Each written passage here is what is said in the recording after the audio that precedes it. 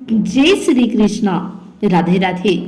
आइए सुनते हैं सत्तिला एकादशी व्रत कथा।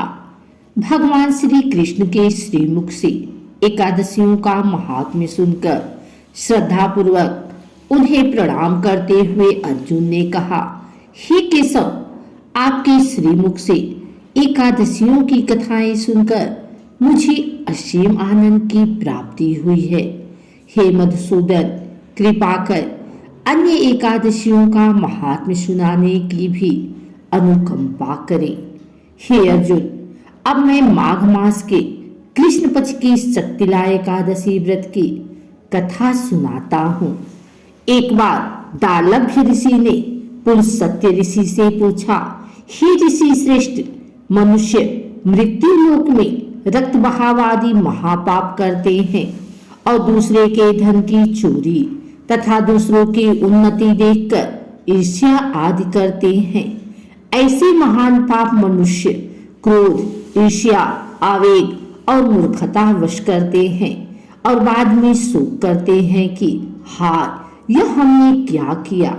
हे महामुनि, ऐसे मनुष्यों को नरक से बचाने का क्या उपाय है?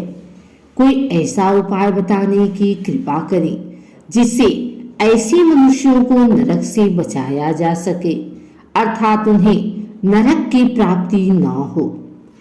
ऐसा कौन सा दान पुण्य है जिसके प्रभाव से नरक की यातना से बचा जा सकता है? इन सभी प्रश्नों का हल आप कृपा पूर्वक बताइए। दालव्य ऋषि की बात सुन पुलस्त्य ऋषि ने कहा, हे मुनि श्रेष्ठ, आपने मुझसे अत्यंत गूढ़ प्रश्न पूछा है। इससे संसार में मनुष्यों का बहुत लाभ होगा। जिस रहस्य को इंद्र आदि देवता भी नहीं जानते, वह रहस्य मैं आपको अवश्य ही बताऊंगा।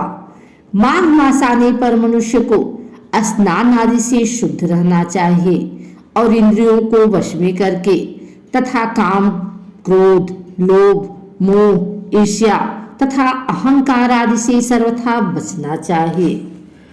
पुष्य नक्षत्र में गोबर, कपास, तिल मिलाकर उपले बनाने चाहिए।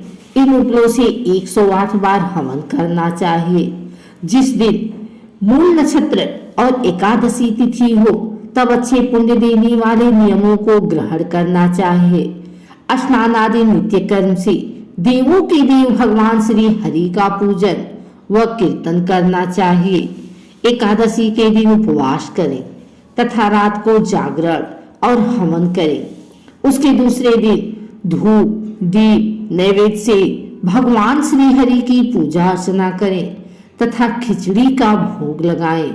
उस दिन श्री विष्णु को पेठा, नारियल, सीताफल या सुपारी सहित अर्घ अवश्य देना चाहिए। तदुपरांत उनकी स्तुति करनी चाहिए। हे जगदीश्वर, आप निराश्रितों को शरण देने वाले हैं। आप संसार में डूबे हुए का उद्धार करने वाले हैं।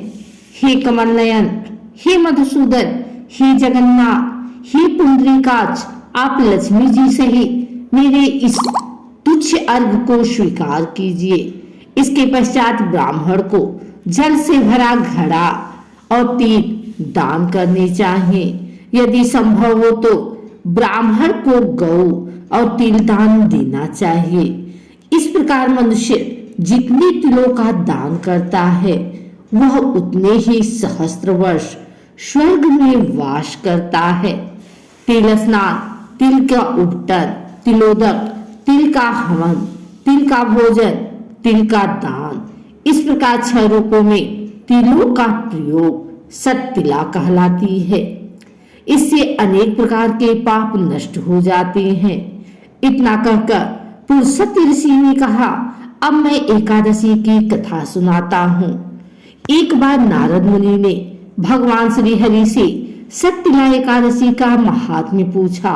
वे बोले, हे प्रभु, आप मेरा प्रणाम स्वीकार करें। सत्तिला एकादशी के उपाय का क्या पुण्य है? उसकी क्या कथा है? कृपा कर मुझसे कहिए। नारद की प्रार्थना सुन भगवान श्री हरि ने कहा, हे नारद, मैं तुम्हें प्रत्यक्ष देखा, सत्य वृतांत सुनाता हूँ, ध्यान पूर्वक श्रवण करो। बहुत पहले मृत्यु लोक में एक ब्राह्मणी रहती थी। वह सदा व्रत उपवास किया करती थी। एक बार वह 1 मास तक उपवास करती रही। इससे उसका शरीर बहुत कमजोर हो गया। वह अत्यंत बुद्धिमान थी। फिर उसने कभी भी देवताओं तथा ब्राह्मणों के निमित्त अन्न आदि का दान नहीं किया। मैंने चिंतन किया कि इस ब्राह्मणी ने उपवास आदि से अपना शरीर तो पवित्र कर लिया है तथा इसको वैकुंठ लोक भी प्राप्त हो जाएगा, किंतु इसने कभी अन्नदान नहीं किया है। अन्न के बिना जीव की तृप्ति होना कठिन है। ऐसा चिंतन कर मैं मृत्यु लोक में गया और उस ब्राह्मणी से अन्न की भिक्षा मांगी। इस पर उस ब्राह्मणी ने कहा, हे योगीराज, आप यहाँ किस लिए पधारे हैं? मैंने कहा, मुझे भिक्षा चाहिए। इस पर उसने मुझे एक मिट्टी का पिंड दे दिया। मैं उस पिंड को लेकर स्वर्ग लौट आया। कुछ समय व्यतीत होने पर वह ब्राह्मणी शरीर त्याग कर स्वर्ग आई। मिट्टी के पिंड के प्रभाव से उसे उस जगह का आम वृक्ष सहित घर मिला, किंतु उसने उस घर को अन्य वस्तुओं से खाली पाया। वह घबराई हुई मेरे पास आई और बोली, हे प्रभु, मैंने अनेक व्रत आदि से आपका पूजन किया है, किंतु फिर भी मेरा घर वस्तुओं से रिक्त है। इसका क्या कारण है? मैंने कहा, तुम अपने घर जाओ और जब देव स्त्रियां तुम्हें देखने आए तब उनसे शक्तिला एकादशी व्रत का महात्म्य और उसका विधान पूछना। जब तक वह न बताए तब तक द्वार नहीं खोलना। प्रभु के ऐसे वचन सुन वह अपने घर गई और जब देवी स्त्रियां आई और द्वार खोलने के लिए कहने लगी तब उस ब्राह्मणी ने कहा, यदि आप मुझे देखने आई हैं तो पहले मुझे शक्तिला एकादशी का महात्म्य बताएं। तब उनमें से एक देवी स्त्री ने कहा, यदि तुम्हारी यही इच्छा है तो ध्यान पूर्वक श्रवण करो। मैं तुमसे एकादशी व्रत और उसका महात्म्य विधान सहित कहती हूँ। जब उस देवी स्त्री ने शक्तिला एकादशी का महात्म्य सुना दिया तब उस ब्राह्मणी ने द्वार खोल दिया। देव स्त्रियों ने ब्राह्मणी को सब स्त्रियों से अलग पाया। उस ब्राह्मणी ने भी देव स्त्रियों के कहे अनुसार शक्तिला एकादशी का उपवास किया और उसके प्रभाव से उसका घर धन धान्य से भर गया। अतः हे पार्थ, मनुष्यों को अज्ञान को त्याग कर शक्तिला एकादशी का उपवास करना चाहिए। इस एकादशी व्रत के करने वाले को जन्म जन्म की निरोगता प्राप्त हो जाती है। इस उपवास से मनुष्य के सभी पाप नष्ट हो जाते हैं। इस उपवास को करने से जहां हमें शारीरिक पवित्रता और निरोगता प्राप्त होती है, वहीं अन्न, तिल आदि दान करने से धन धान्य में बढ़ोतरी होती है। इससे यह भी सिद्ध होता है कि मनुष्य जो और जैसा दान करता है, शरीर त्यागने के बाद उसे फल भी वैसा ही प्राप्त होता है। अतः धार्मिक कृतियों के साथ साथ हमें दान आदि अवश्य करना चाहिए। शास्त्रों में वर्णित है कि बिना दान किए कोई भी धार्मिक कार्य संपन्न नहीं होता।